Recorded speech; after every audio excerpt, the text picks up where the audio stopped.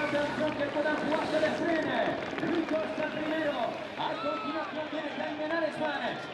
Equilista del equipo de Grenadiers. Se lanza el sprint. 75 metros. Luis Costa primero. Ahí lo tenemos, optimista portugués. Efectivamente. Victoria para Luis Costa.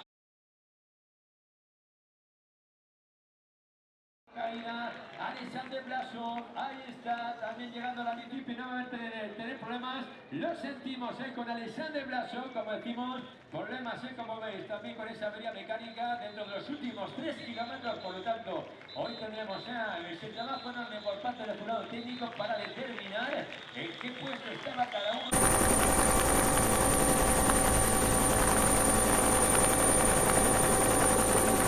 Mundo que es el ciclismo. Con esto concluimos la ceremonia protocolaria de la Vuelta Ciclista a la Comunidad Valenciana. Con esto os decimos hasta la próxima a todos, que de verdad hemos pasado en grande con este final, también con este revolcón final de la clasificación general. Así que hasta la próxima a todos, muchísimas gracias por habernos acompañado.